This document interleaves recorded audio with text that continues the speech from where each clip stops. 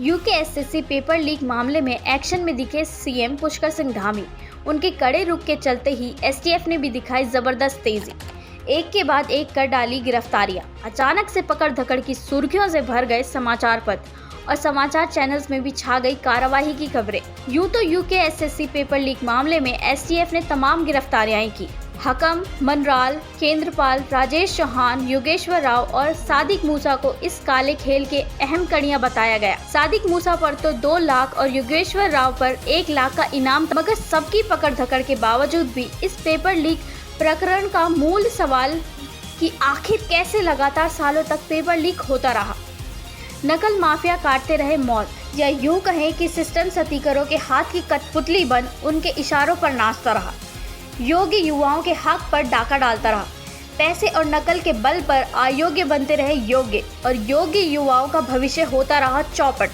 मगर साहब, सालों तक किसी को कानों कान खबर ही नहीं हुई, या फिर यूं कहें कि प्रदेश के कर्ता धर्ता दृष्टराज बन चला रहे थे राजकाज, और इसका फायदा उठाकर पूरा सिस्टम भी बन गया था गांधारी और काट रहा था मौज। पेपर लीक करने वालों को तो बख्शा ही नहीं जाना चाहिए, होनी चाहिए कड़ी से कड़ी सजा। मगर दृष्टराज और गांधारी का क्या होगा साहब? क्या वह नहीं है ज्यादा दोषी? लाखों योग्य बेरोजगारों के भविष्य को हमेशा के लिए अंधकार के गर्त में डाल देने वालों पर भी क्या अपराधियों की तरह ही नहीं होनी चाहिए कार्रवाई? क्या इन पर नहीं लगना चाहिए गैंगस्टर? क्या ऐसों की भी नहीं होनी चाहिए प्रॉपर्टी जब्त?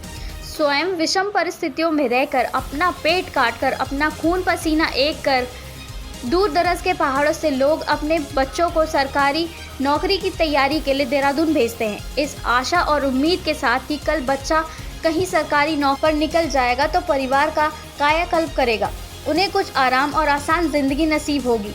लेकिन यहाँ तो अलग ही तरह का अजब गजब खेल चल रहा था। पैसों के बल पर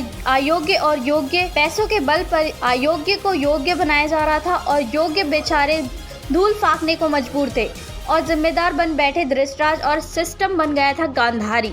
आखिर उत्तराखंडियों के सपनों के ऐसे कातिलों पर भी क्या नहीं लगनी चाहिए गैंगस्टर?